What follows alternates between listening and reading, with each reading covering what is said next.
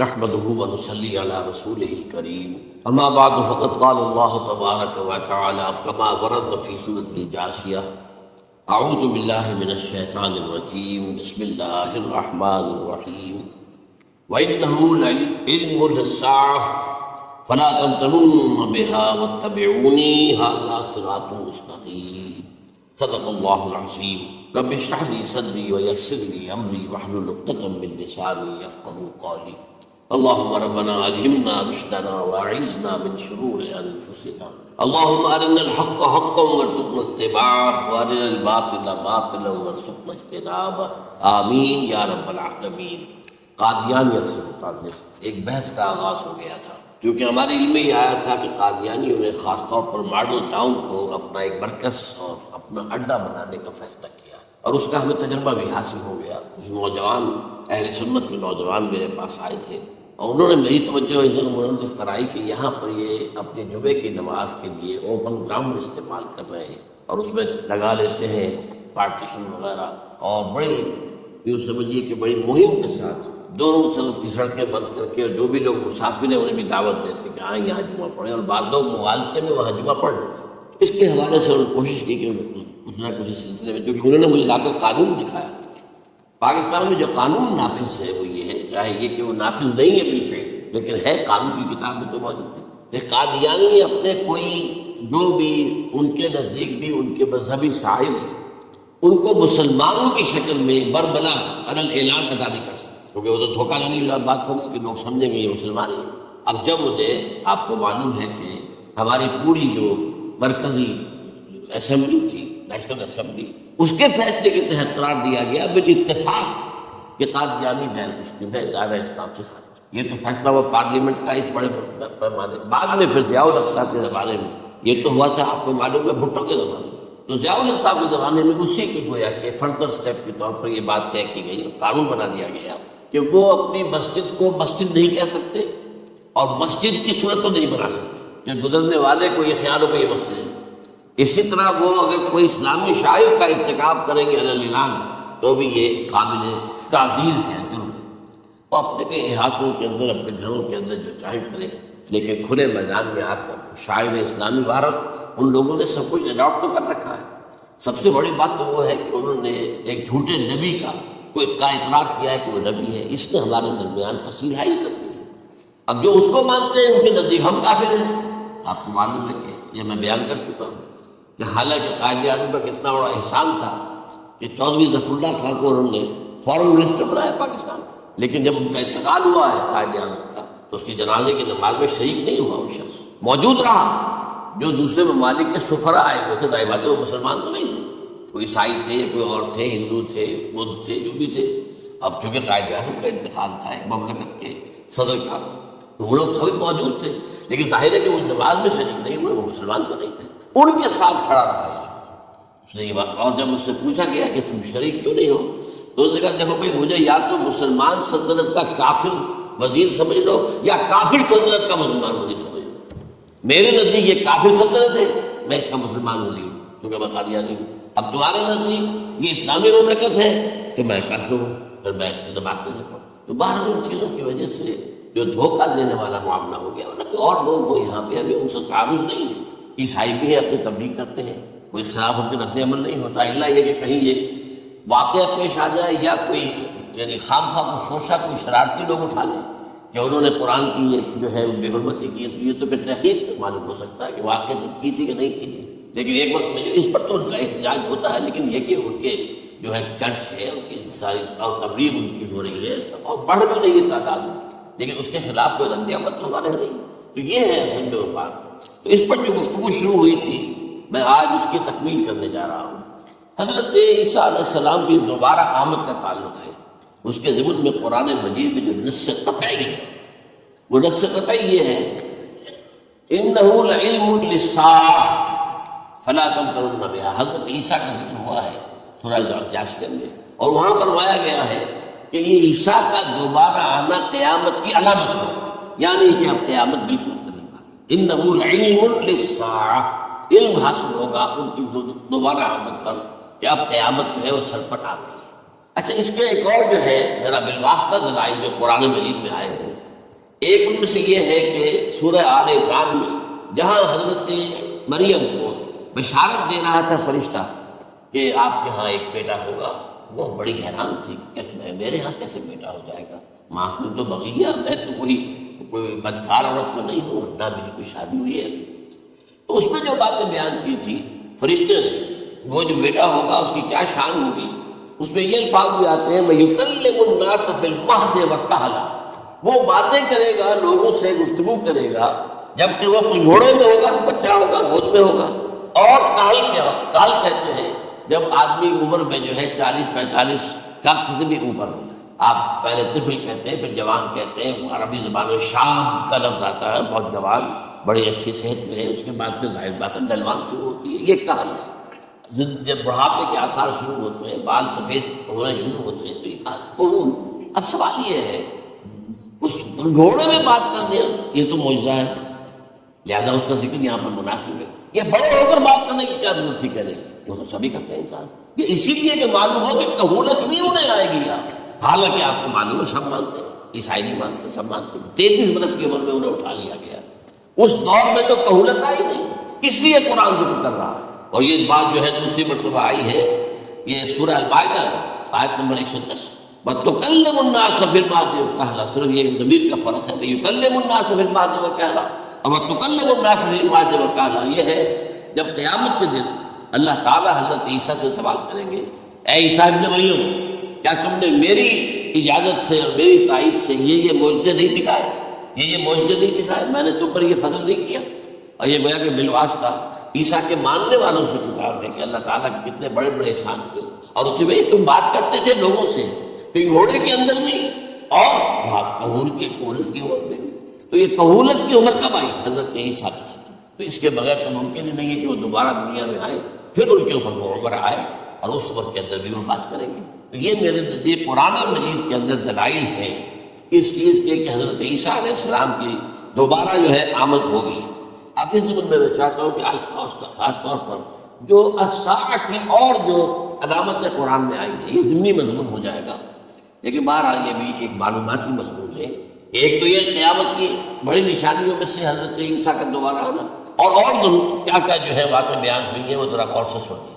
پہلی بات میں نے ہلکا سا حوالہ دیا تھا، ہم تو ایک لفظ قیامت بولتے ہیں، وہ قیامت جو ہے اتنا ہمارے نزدیک جامع لفظ ہے کہ جس میں وہ بھی جو زلزلۃ الساعہ آئے گا وہ بھی ہے، پھر جو نفخ روح، نفخ ساخت ہوگا وہ بھی ہے، لیکن قرآن مجید سے معلوم ہوتا ہے کہ یہ الساعہ ہے، وہ گھڑی جس دن کے یہاں قیامت برپا ہوگی، زلزلہ آئے گا، شدید ترین حالات آئیں گے، فوری طور پر تمام انسان بن نہیں جائیں گے۔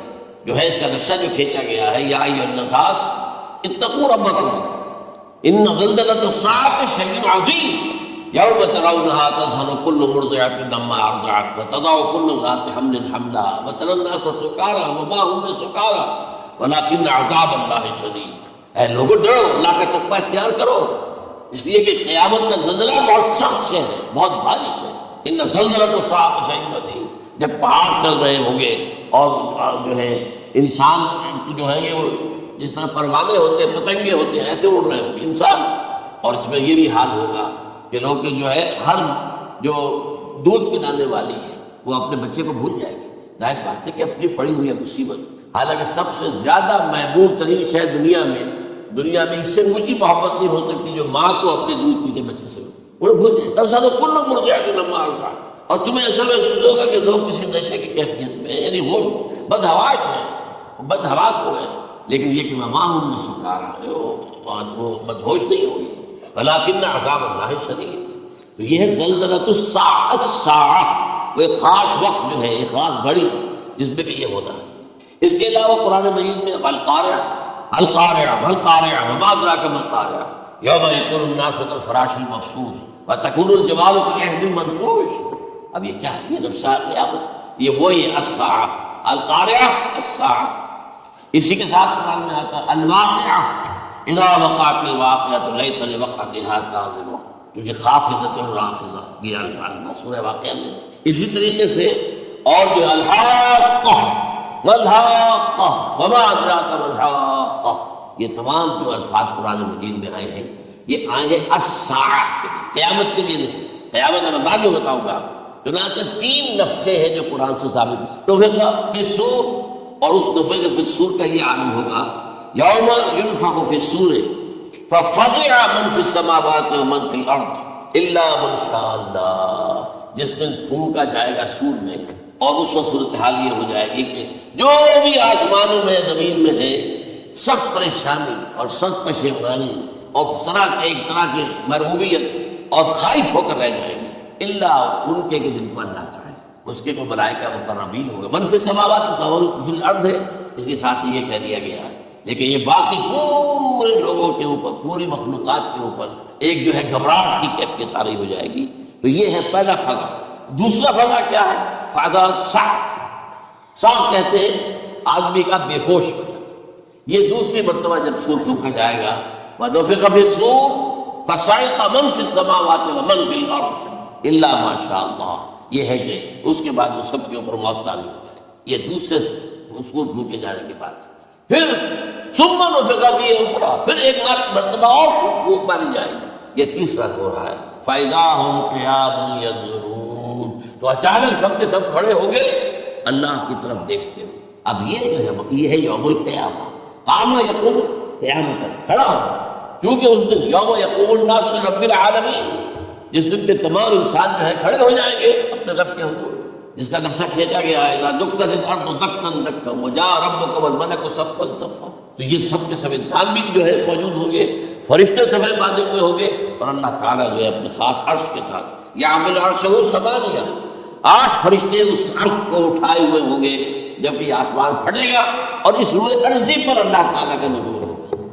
یہ جو ہے ہمارا یوم القیامہ یہاں ہے، یوم القیامہ یہ بھی جو فیصلے ہونے یہاں ہونے، قصہ زمین برسر زمین، جو نیکیاں تم نے یہاں کمائی ہے یا جو بدیاں تم نے یہاں ان کا ارتکاب کیا تو فیصلہ یہاں ہو۔ اس کے بعد اللہ عالم کچھ اور بھی چیزیں ہیں، لیکن یہ کہ وہ سب عام طور پر لوگوں کے علم میں نہیں ہے۔ میں نہیں چاہتا کہ خامخواہ کسی نئی بات سے کوئی جو ہے ذہنوں کے اندر کوئی ایک تشکیک پیدا ہو جائے، شبہات پیدا ہو جائے، لیکن یہ چیزیں جو میں نے افسوس کی یہ از قرآن ثابت ہے، اسی زمین پر اترنا ہے۔ وجاء ربک والملک صفا صفا، یہ سب کے سب آئیں گے، اور ملائکہ، اور اس کے علاوہ جو ہے دوسرے مقامات پر اس کا نقشہ کھینچا گیا۔ سورۃ الحاقہ کے اندر ہے اللہ کا عرش جو ہے 8 فرشتے اٹھائے ہوئے نیچے اتریں گے، اس تمام چیزیں قرآن مجید میں مذکور ہیں، اور یوم القیامہ یہی ہوگا۔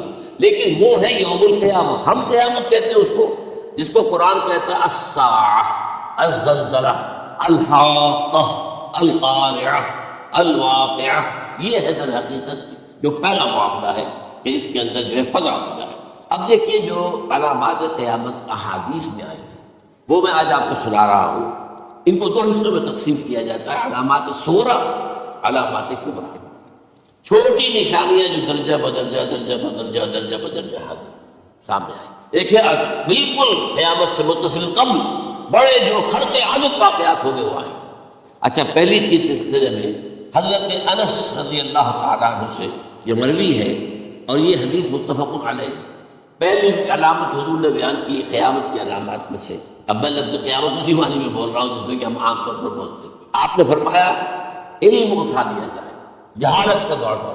اب یہ کون سا علم اٹھایا جائے گا؟ سائنس کا علم نہیں، دین کا علم۔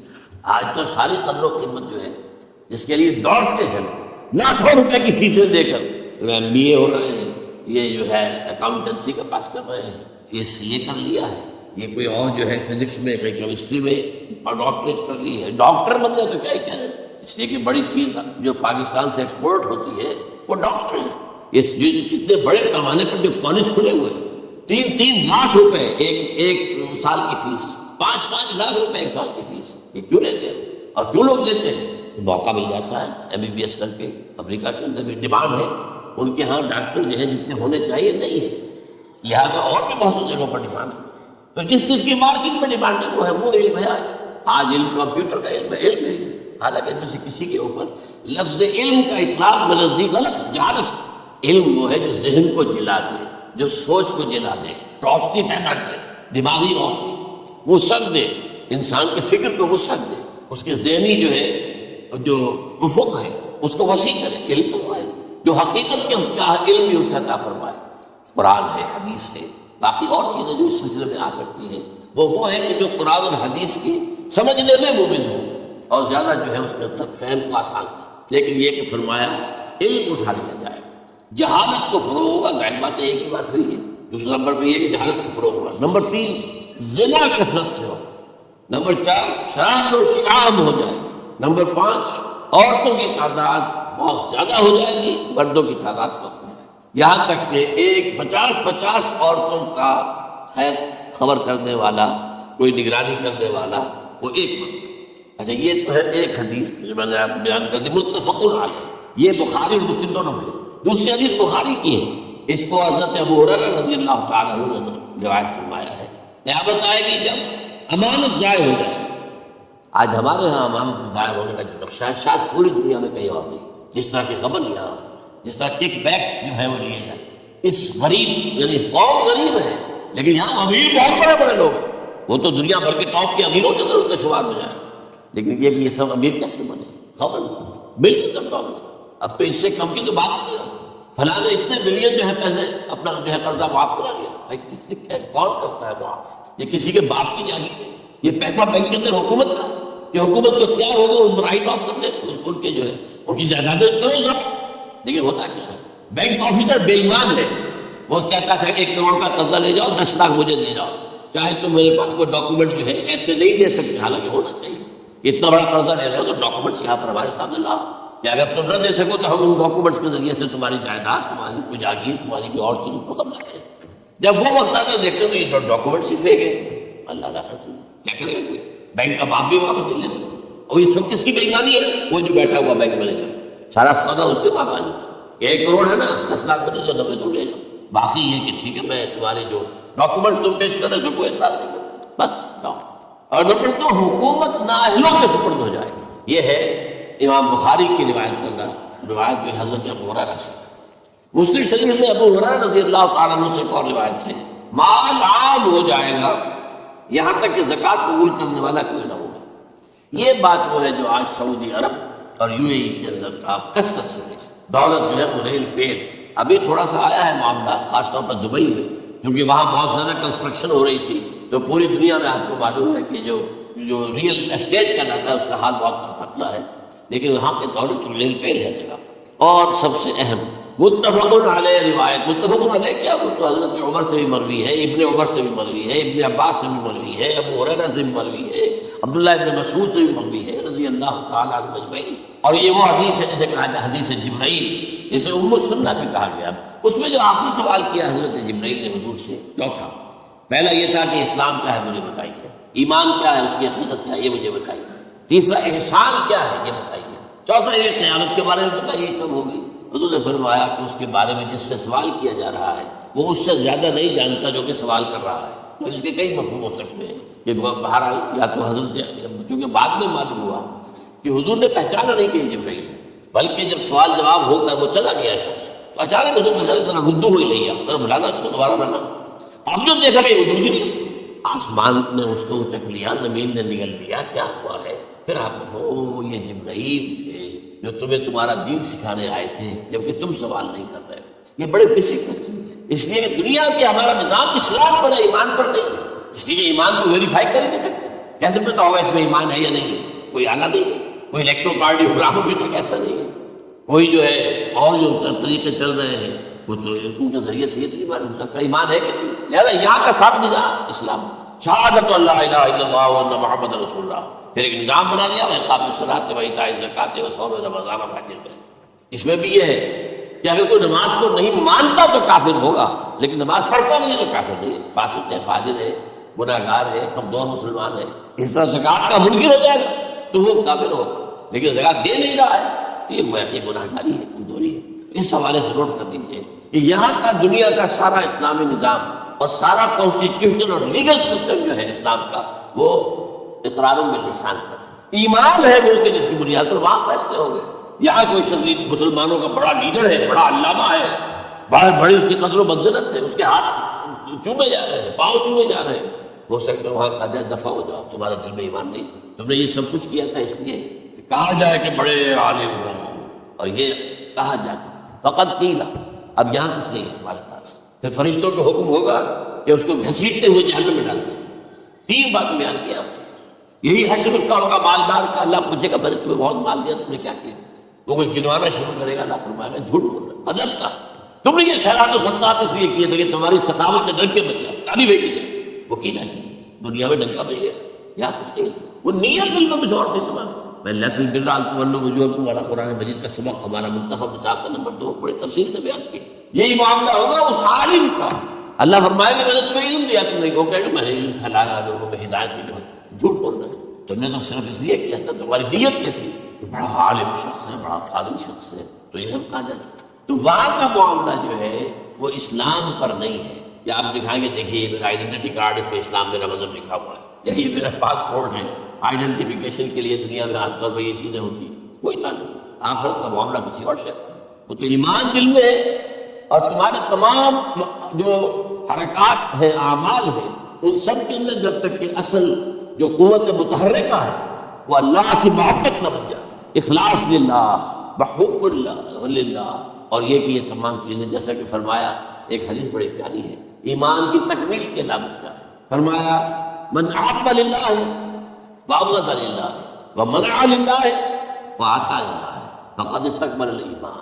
جس شخص نے محبت جس سے بھی کی، اللہ کے لیے کی، اپنے مفادات کے لیے نہیں، رشتہ داری کی بنیاد پر نہیں، محبت اوپر ہو جائے، رشتہ دار کا حق ہے دو، بیوی کے حقوق ہے دو، لیکن محبت یہ اللہ کے لیے ہو کہ فلاں شخص سے مجھے محبت اللہ کی۔ اور اگر نفرت رکھی تو اللہ کی وجہ سے اس لیے رکھی کہ وہ اللہ کے دین سے دور ہے، وہ اللہ کے راستے پر نہیں آ رہا ہے، وہ فسق و فجور کی جو ہے زندگی میں آ رہا ہے۔ اس میں بھی یہ ہے کہ یہ نہیں ہے تعلق قطع کر لیں، تعلق قطع کرو گے تو تبلیغ اور اصلاح کا موقع کہاں رہے گا، لیکن دلی محبت نہیں ہوگی اس میں۔ تو اگر محبت ہے تو اللہ کے لیے، اور نفرت ہے تو اللہ کے لیے، اور کسی کو کچھ دیا ہے تو اس لیے کہ اللہ کا حکم ہے کہ دو، اور کسی سے کچھ روکا ہے تو اس لیے کہ اللہ کا حکم ہے کہ روکو، اس کو نہیں دینا۔ فقد استکمل الایمان، تو اس شخص نے ایمان کی تکمیل کی۔ یہ ہے اصل جو ڈیسائیڈنگ فیکٹر ہے وہ یہ۔ اور اس ایمان کی پہلی علامت کیا ہے؟ کیسے معلوم ہے کہ ایمان ہے؟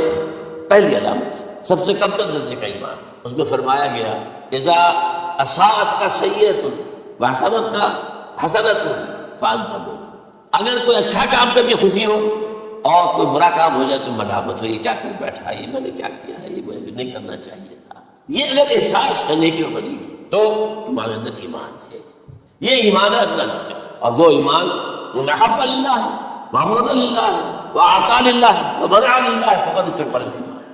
اچھا یہ جو متفق علیہ حدیث ہے جو حضرت جبرائیل کی ہے، اس میں پھر انہوں نے کہ اچھا اگر آپ مجھے یہ کب ہوگی قیامت نہیں بتا سکتے، اس کی کچھ علامتیں بتائیے۔ یہ بڑی عجیب تھا، کیونکہ یہ تو تمام احادیث کے اندر میں نے عرض کیا نا کہ سب سے زیادہ صحابہ سے منقول ہے، اور آپ نے فرمایا کہ جب لونڈی اپنی مالکہ کو جنے گی اور تم دیکھو گے کہ ننگے بدن ننگے پیر بھوکے ننگے بھیڑ اور بکریوں کو چرانے والے اونچی سے اونچی عمارتیں بنانے میں ایک دوسرے کا مقابلہ کریں، اذا قلد الامۃ ربکا، کیا بات ہے، یہ خاص الفاظ کیوں کہے گئے؟ اولاد والدین کے سامنے دب کر رہتی تھی، کبھی سینہ تان میں بات نہیں کرتے تھے، ٹھیک ہے بات آپ مان نہیں سکتے، ابا جان یہ بات میں نہیں کر سکتا۔ یہ فرض کیجیے کہ وہ آپ کو کسی نیکی سے روک رہے ہیں، کہ دینی کام سے روک رہے ہیں، یہ تو میں نہیں کروں گا، یہ تو دین کا فرض ہے، یہ کہے گا اور ڈٹ کر کہے اور جمے اس پر، لیکن یہ کہ کوئی سرکشی کا انداز نہیں، ایسا نہ ہو کہ اپنے جناب سینے کو تان کر کے کھڑے ہو جائے، میں نہیں کروں گا، یہ نہیں، یہ غلط۔ اچھا اولاد میں بیٹی جو ہوتی تھی وہ زیادہ سبارڈینیٹ، سبمسو، بات ماننے والی، کہیں بھی سر اونچا نہ کرنے والی، اور آخری دور میں کیا ہوگا، بیٹیوں سے مائیں ڈریں گی، انہیں ٹوک نہیں سکتی کسی بات کو، پتہ نہیں کیا بک دے گی، کیا بکواس کرے۔ یہ تو ہمارے یہاں ہو گیا ہے، باہر کیا تو آپ یہ بھی نہیں پوچھ سکتے، آپ کی 13 برس کی لڑکی آئی ہے رات کو 1 بجے، نہیں پوچھ سکتے کہاں رہی، یہ رات کہاں گزاری، پوچھ نہیں سکتے، یہ پوچھنا بھی ضرور ہے۔ اپنے چھوٹے بچے کو آپ نے تھپڑ مار دیا، تہذیب ہے، سکھانا ہے، غلط کام کیا ہے، اس کی سرزنش ہو رہی ہے، فوراً اگر ایک فون کر دے گا پولیس آئے گی، بچے کو لے جائے گی، اسے لا کر کہیں اور جو ہے ڈپازٹ کرے گی اور آپ پر مقدمہ چلے گا، آپ کو اس کو سزا ملتی ہے۔ ظاہر بات ہے کہ پھر وہاں سرکشی کا کیا عالم ہو، پھر اولاد کہاں سے جھکائے گی، کس درجے میں جھکے، اس کی تربیت عثمانی ہوئی نہیں۔ تو آمد اور رغبت رہا، گویا کہ ماں بیٹی کے نزدیک ماں جو ہے وہ ایسی ہو جائے گی جیسے لونڈی، گویا کہ لونڈی نے ایک اپنی مالکہ کو جنم دیا ہے، بیٹی مالکہ بن جائے گی اور ماں جو ہے رانی، اور دولت کے ریل پہ لوگ کا دکان، یہ جو بھوکے ننگے اور مفلس کیا حال تھا 100 برس پہلے، انہیں کھانے کو کچھ نہیں ملتا تھا. یہ مشرقی ساحل پر تھے، یہ سوائے یہ کہ مچھلیاں پکڑ لی اللہ نہ خزانہ وہ کھا لی، یا کہیں اس کو بیچ دیا، کو بنڈی لگ جاتی تھی، اور کیا تھا. اور مغربی ساحل میں کیا ہوتا تھا، ساری اونچی بحث حج کے گرد گھومتی تھی. حاجی آئے ہیں، خریداریاں کر رہے ہیں، اب آپ کو معلوم پوری دنیا سے مال پہلے ہی پہنچتا تھا. آپ کو جو ہے ہر ملک کے ہر کونے کا پھل وہاں مل جائے گا. اور وہاں پر یہ ہے کہ سب سے بڑی بدلوؤں کے لیے سب سے بڑی بات کیا تھی، قربانی کا گوشت. اسے وہ سکھاتے تھے، سخت چمڑے کر کے کھاتے تھے. یہ ان کا حل تھا. آج جا کر دیکھیے نئے شہر بن رہے ہیں، امریکن کو کانٹریکٹ دیے جا رہے ہیں، بالکل ماڈرن شہر بنا دو. ایک ایبسلیوٹلی ماڈرن شہر جو ہے وہ جو مشرقی ساحل کے اوپر جو پہلے سے آرامکو سٹی ہے، امریکن سٹی ہو، اس کے اندر کوئی سعودی بھی داخل نہیں ہو سکتا سوائے جس کے پاس اس سٹی کی طرف سے لائسنس نہ ہو. اور اس کی 4 دیواری کے اندر، 4 دیواری کیا فصیل کے اندر کہیں جو چاہو کرو، کوئی تم پر پابندی نہیں. ننگے نہاؤ، تالاب ہے نہا رہے، ننگی عورتیں ننگی مرتے نہا رہے، کوئی کچھ نہیں بنا. اب اسی قسم کا ایک سٹی آباد ہونا جا رہا ہے مغربی ساحل پر، جدہ اور یمنو کے درمیان.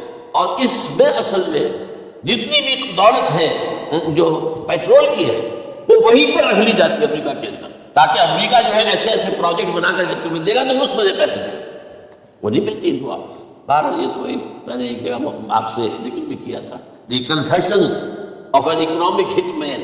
وہ کنفیشن کی بات جو ہے اگر آپ میں سے کسی کو دلچسپی ہو تو اسے پڑھیں کہ کس طریقے سے 1973 کے آئل امبارگو کے بعد جو شاہ فیصل شہید کے زمانے میں ہوا تھا، پھر جس طریقے سے امریکہ نے ان تمام ممالک کو جکڑ لیا ہے، اس کا پورا جو پروسیس کیا تھا وہ سامنے آتا ہے. اس کے بعد آتا ہے علامات کبریٰ کا، بڑی علامت ہے جو کہ بالکل خرق عادت کے انداز میں، جن کا معاملہ جو ہے وہ آپ کے ناپ تول میں نہیں آ سکتا، آپ کی کیمسٹری فزکس اس کا جو ہے وہ نہیں کر سکتی، ادراک ہوگا یہ قیامت کی. ان میں نمبر 1 کیا ہے، بہت بڑا دھواں ہے پوری دنیا کو رکھے.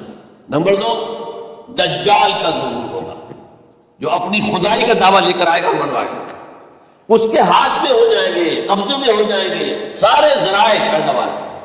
اس کی طرف بھی پہلا قدم اٹھ چکا ہو، ٹرپس کے نام سے معاہدہ ہو چکا. کوئی ملک اپنا بیج پیدا نہیں کر سکتا، یہ بیج ہم نے ڈیولپ کیے ہیں. ان کے ڈیولپمنٹ سے پہلے تو 1 ایکڑ سے کتنی گندم لیتے تھے، آج کتنی لے رہے ہیں؟ کس بنا پر؟ جینیٹکس کا جو کام ہم نے کیا ہے اس کی بنا پر ہونا. حق تو ہمارا حق ہے، اس کی رائلٹی ہمارے پاس آنی چاہیے. لہٰذا صرف ان اداروں سے، ملٹی نیشنل سے خریدا جائے گا بیج، اور بیج بھی وہ دیں گے وہ کہ جس سے جو فصل ہوگے گی وہ بیج نہیں لا سکتے، وہ بیج کا کام نہیں کر سکتے. جیسے آپ کو معلوم ہے کہ آپ کے یہاں جو گوشت کھایا جاتا ہے مرغے کا، تو مرغا جو ہے اس میں مرغا ہو یا مرغی ہو، اس کے اندر کوئی وہ کیفیت ہی نہیں ہے. ان کے انڈے جو ہے ان سے آپ بچے حاصل نہیں کر سکتے. ہے تو انڈا، دیکھنے میں تو انڈا، لیکن وہ بنڈا جو ہے اس سے بچہ تو نہیں حاصل کر سکتے. ایسے ہی وہ گندم کا بیج دیں گے نظر آئے گی گندم، لیکن اس کے اندر وہ صلاحیت نہیں ہے کہ اس سے جو فصل ہوگے گی اس کا نتیجہ جو ہے وہ بھی آپ لے سکتے. یہ ہونا ہے اللہ جانے، قدم اٹھ رہے ہیں. پھر یہ ہے کہ دابۃ الارض، زمین سے ایک حیوان نمودار ہوگا، زمین شق ہوگی. ابھی میں کہہ رہا ہوں خرق عادت ہے، یہ چیزیں وہ نہیں ہیں جو ہماری کسی حساب کتاب میں جو باتیں پہلے آئی ہیں وہ جو حساب کتاب میں آ رہی ہیں، ساری سمجھ میں آ رہی ہیں، ساری چیزیں مشاہدہ ان کا ہو رہا. لیکن یہ ہے کہ دابۃ الارض، یہ کہتے ہیں کہ کوئی صفحہ اس میں تو نہیں ہے حدیث میں، کوئی صفحہ پھٹے گا اس میں سے حیوان دابہ وہ ظاہر ہوگا. تو اسی لیے فرمایا ہے وَإِذَا وَقَعَ الْقَوْلُ عَلَيْهِمْ أَخْرَجْنَا لَهُمْ دَابَّةً مِّنَ الْأَرْضِ تُكَلِّمُهُمْ، تو ہم اندر سے پیٹ کو چیر کر زمین کے پیٹ کو ایک حیوان کو برآمد کریں گے جو انسانوں سے بات کرے گا، گفتگو کرے گا. نمبر 4 طلوع الشمس من المغرب، یہ بھی خرق عادت. سورج تو طلوع ہوتا ہے مشرق سے، غروب ہوتا ہے مغرب میں، لیکن اس وقت معاملہ الٹا ہوتا ہے. یعنی جو کائنات کے اندر جو گڑبڑ ہوگی تو سمجھ میں بات آتی ہے کہ یہ معاملہ جو ہے یہ تو اس پورے سولر سسٹم کو اگر بدل دیتے ہیں تو مشرق مغرب ہو جانا، مغرب مشرق ہو جانا، سمجھ میں آنے والی بات ہے. اس کے بعد ہے عیسیٰ ابن مریم کا نزول، جس کے بارے میں آج ہم نے گفتگو کی ہے تفصیل سے. یہ نزول ہونا ہے، یہ علامات قیامت میں سے حضور نے بیان فرمایا ہے، اور قرآن مجید کی جو اصطلاحات ہے اس کے حوالے سے میں نص قطعی جو ہے وہ میں آپ کے سامنے رکھ چکا ہوں. پھر یاجوج ماجوج کا ایک معاملہ ہے، یہ میں ابھی اس وقت زیادہ اس پر بات نہیں کر سکتا. حضرت عیسیٰ علیہ السلام کے نزول کے بعد 2 کام ہو گئے. یہودیوں کا قلع قامہ ختم، تمام یہود ایک کام تو یہ ہو، اور نمبر 2 عیسائیت کا ختم ہو جانا. عیسائیوں کی نفی کرنے کو میں تم مجھے خدا کا بیٹا بنائے بیٹھے ہو، میں تم خدا کا بیٹا نہیں ہوں، میں تو اس کا بندہ ہوں رسول۔ میں نے تم سے کب کہا تھا کہ مجھے خدا کا بیٹا بنا؟ نمبر 2 یہ کہ وہ خنزیر کو قتل کر دیں گے، یعنی یہ تم نے خنزیر کب سے کھانا شروع کر دیا؟ میں تو تم کو نہیں کہا اجازت دے کر گیا تھا، یہ تو شریعت موسوی میں حرام تھا، اور میں کہہ کر گیا تھا کہ یہی شریعت تم پر لاگو رہے گی۔ آؤ تم نے کیسے یہ آج بھی بہت سے رومن کیتھولک جو ہے وہ سور نہیں کھاتے، وہ اس میں ہے ان کے اندر کچھ نہ کچھ بات جو ہے جو حضرت عیسیٰ کی تعلیمات کا کچھ اثر ان کے ہاں ہے۔ میں تو ایک مرتبہ یہ 1971 کی بات ہے، 4-5 دن کے لیے برسلز میں رکا تھا، اس لیے کہ وہاں مجھے ایک صاحب نے خط لکھا تھا کہ وہاں ایک نوجوان ہے ابھی اس ایمان لایا ہے اور اس کے کچھ مسائل ہیں، ہم کوشش کر رہے ہیں کہ مسائل حل کریں، آپ بھی جا رہے ہیں۔ میں انگلینڈ جا رہا تھا تو واپسی پر آپ ان کے یہاں چند دن ٹھہرے، میں حیران ہوا، ویسے اس نے مجھے اپنے گھر ٹھہرایا نہیں، اس لیے کہ ماں باپ تو اس کے کرسچن تھے اور پولیس کا چیف آفیسر اس کا باپ تھا، چیف آف پولیس۔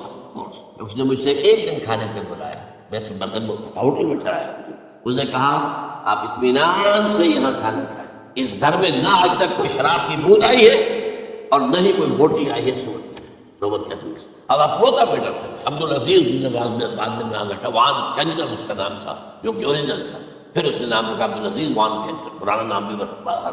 نہایت خوبصورت 28 سال کی عمر تھی، اور اس وقت میں نے دیکھا تھا کہ اس کی فقہی معلومات جو ہے میری معلومات سے 10 گنا زیادہ۔ اس کی وجہ کیا ہے؟ وہ گیا تھا موراکو میں ایز ٹیچر، ملازمت کرنے، پیسہ کمانے، وہاں وہ مسلمانوں سے اس کا وہ رابطہ ہوا، اسلام کی تعلیمات سامنے آئی، اسلام لے آیا۔ اب اکلوتا بیٹا اور ماں باپ جو ہے کرسچن کیتھولکس، جب وہاں سے واپس آیا تو پھر کہتے ہیں کہ ہمارے درمیان ایک معاہدہ ہے، وی آر لیونگ ٹوگیدر، لیکن یہ معاہدہ ہے ہم مذہب پہ بات نہیں کریں گے، بس باقی جو بھی ہے وہ ساتھ رہ رہے ہیں۔ لیکن میں حیران ہوا، مجھے معلوم نہیں تھا۔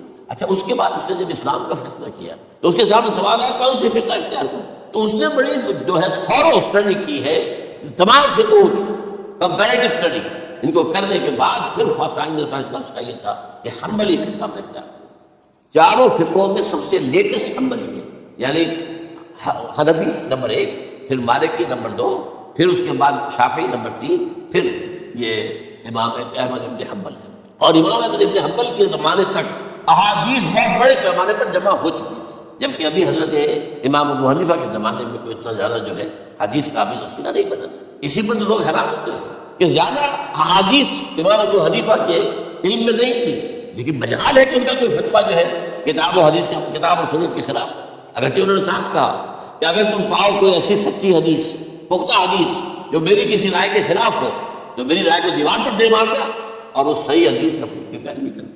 لیکن ویسے اس کے بعد یہ کمال یہ ہے کہ بہت ہی کوئی شان معاملہ ہے کہ جس میں ان کا کوئی فتویٰ وہ کتاب و سنت کے منافی ہو یا سنت کے منافی ہو، کتاب پہ تو سوال پیدا نہیں ہوتا، کتاب تو ساری ان کے سامنے موجود تھی۔ اس کے بعد یہ ہے کہ یاجوج ماجوج جیسے میں بتا رہا تھا آپ کو کہ جب عیسائیت بھی ختم ہو گئی، یہود ویسے ختم ہو گئے، استیصال ہو گیا، جڑ کٹ گئی، اب عیسائیت جو ہے کہ اسلام میں ضم ہو گئی، عیسائیت بدل ختم، یہودی خود ختم، اب یہ طاقت کتنی ہو جائے گی؟ تقریباً 2/3 نہیں آ گئی تمام، اب عیسائی 2 ارب کے قریب ہیں، 1 ارب 90 لاکھ ہو گئے، 90 کروڑ ہو گئے، یا مسلمان بھی 1 کروڑ 50-60 لاکھ، دونوں کو جوڑنے کے کتنے ہو گئے؟ 6 ارب پورا آبادی۔ لیکن اس کے بعد آتا ہے یاجوج ماجوج کا خروج۔ یہ یاجوج ماجوج میرے نزدیک چائنا اور رشیا، ان کی مجموعی طاقت اتنی ہوگی اور یہ اس طرح آئیں گے ہر اونچائی پر سے اترتے ہوئے، پھسلتے ہوئے، جیسے 1962 میں جب وار ہوئی تھی بٹوین چائنا اینڈ انڈیا 1962 میں، تو وہ اس وقت کا نقشہ مجھے آج بھی اخبارات میں پڑھتا تھا تو یاد، waves after waves of Chinese soldiers were coming down the slopes of Himalayas۔ یہ تو وہ ہے نا جن کی تعداد کا کوئی حساب نہیں، اور رشیا اور یہ امریکہ جو ہے، میرا اندازہ یہ ہے کہ جب پہلے ملحمۃ العظمیٰ ہوگی وہ عیسائیوں اور مسلمانوں کے درمیان، اس وقت یہ دونوں پاورز نیوٹرل رہیں گی، لیکن غالباً یہ بات طے کر لیں گی کہ ویپنز آف ورلڈ جو ہے ماس ڈسٹرکشن یہ استعمال مت کرو، اگر یہ ویپنز آف ماس ڈسٹرکشن استعمال کرو گے تو ہمیں لگ جائے گا۔ اس میں وہ جنگ جب ہو چکے گی، پھر حضرت عیسیٰ کو فتح حاصل ہو جائے گی، اور پھر یہ کہ یہودیت ختم ہو جائے گی، عیسائیت بطور مذہب ختم ہو کر اسلام میں ضم ہو جائے گا، پھر وہ 40 برس کا عہد حکومت ہے حضرت عیسیٰ علیہ السلام۔ لیکن جب یہ فتح ہو جائے گی ان پر، اب یاجوج ماجوج آئیں گے اور اتنی تعداد میں آئیں گے کہ بحیرہ طبریہ جو ہے اس کا سارا پانی پی جائے گا۔ یہ تو اگر آپ کو کوئی اندازہ ہو یا کوئی آپ جانیں لوگوں کو جو ان چینیوں سے واقف ہیں، وہ کہتے ہیں زمین پر ہلتی ہوئی کوئی چیزوں سے وہ تھوڑی تھوڑی کھا جائے، جہاں وہ جاتے ہیں ایز اے لیبرر، وہاں کے جو سارے کتے ہیں ختم، ساری بلیاں ختم، ہر شے وہ جو صاف کرتے ہیں، ہر چیز کرتے ہیں. اور یہ تمام ایشین کنٹریز میں کیا ہوتا ہے، بڑی ڈیلیشیس ڈشز ہے یہ سانپ وغیرہ، اور یہ جس طرح کھا جائے پانی پیا جائے قطرہ نہیں رہے گا اس پر. تو پھر جو ہے اللہ تعالیٰ اس وقت جو ہے اس میں ایک ایسی بیماری پیدا کرے گا، یہ سب یہ معجزہ ہے. یعنی ان کے اوپر فتح جو ہے وہ عام لڑائی کے ذریعے سے نہیں ہوگی، بلکہ اس کے اوپر فتح جو ہوگی وہ اللہ تعالیٰ سے ہوگی. ایک بیماری پیدا ہوگی سب پر، اور اس کے بعد اللہ تعالیٰ ایسے پرندے بھیجے گا بڑی لمبی لمبی گردنوں والے، وہ ان سب کو کھا جائیں گے. جیسے ہمارے یہاں گدھ ہوتے ہیں وہ ان کو صاف کر دیں گے. ورنہ تو یہ ہے کہ پوری دنیا کے اندر جو بدبو اور جو پیدا ہوتا معاملہ اس سے تو اس نوع انسانی کی بقا ممکن نہیں تھی. ان کے ساتھ کے بعد پھر یہ ہوگا کہ حکومت اسلامی جو ہے پوری دنیا میں حضرت مسیح علیہ السلام کی 45 برس کو رہیں گے. اسی میں وکالت بھی آ جائے گا، وہ فلمات وکالت جو میں نے شروع میں بیان کیا، اسی میں پھر یہ ہے کہ وہ شادی بھی کریں گے، ان کی اولاد بھی ہوگی، اور پھر جب انتقال ہوگا تو حضرت حضور صلی اللہ علیہ وسلم کے حجرے میں وہیں پر جہاں حضور اور ابو بکر اور عمر رضی اللہ تعالیٰ عنہ دفن ہیں وہیں پہ ان کو دفن کیا. اور قیامت کے دن حضور فرماتے ہیں کہ میں اور یہ تینوں ساتھ ہیں. تو یہ ہے واقعات و واقعات. بہرحال اس میں یہ ہے کہ یہ نوٹ کر لیجئے کہ جہاں تک ہمارے ہاں آج کل کا معاملہ ہے، میرے نزدیک میں یہ کہنے پر مجبور ہوں، جو رفع و نزول مسیح کو نہیں مانتا وہ کم سے کم منکر حدیث ہے. میں اس سے کم کا فتویٰ نہیں دے سکتا. اب یہ ہے کہ جو لوگ مہدی کو نہیں مانتے ان کا معاملہ میں مختلف سمجھتا ہوں، چند منٹ لے رہا ہوں آپ کو، اس لیے کہ ان کی حدیثیں صحیح ہیں میں نہیں، بخاری مسلم میں نہیں. اور یہ کہ بہرحال ان کا معاملہ جو ہے وہ ایسا نہیں ہے. حضرت عیسیٰ کے آنے کا جو کچھ ہوگا وہ تو میں نے آپ کے سامنے بیان کر دیا. لیکن یہ ہے کہ حضرت مہدی ہمارے نزدیک اس میں خرق عادت میں ہے. جیسے ہر صدی کے مجدد ہوتے ہیں، آخری صدی کے مجدد وہ ہوں گے، اور میرے نزدیک یہی آخری صدی ہے، اور اسی میں حضرت مہدی کا ظہور ہو جائے. سعودی عرب میں تو خانہ جنگی ہوگی کسی بادشاہ کے انتقال میں، اور پھر اس وقت یہ ظاہر ہوں گے، اس وقت ملک کے حالات کو سنبھالنے کے لیے لوگ ان کو زبردستی نکالیں گے، چھپے ہوئے ہوں گے ایک گھر میں. یہ حضرت ام سلمہ رضی اللہ تعالیٰ عنہ کی روایت سے ایک بادشاہ کے انتقال پر یہ خانہ جنگی ہو جائے گی، اور ایک شخص مدینے سے بھاگ کر مکے میں چھپ جائے. یہ جو ہے ان کے الفاظ، میں توجیہ کر رہا ہوں. لوگ ان کی طرف دیکھ رہے ہوں گے کہ یہ جو وقت آیا ہے فتنے کا ہماری قوم پر، ہمارے ملک پر، تو ان کی شخصیت ایسی ہے کہ یہ بیچ میں آئیں، صلح صفائی کرائیں، اور وہ جو ہے اس ذمہ داری سے بچ کر بھاگیں گے اور جا کر مدینے مکے میں چھپ جائیں.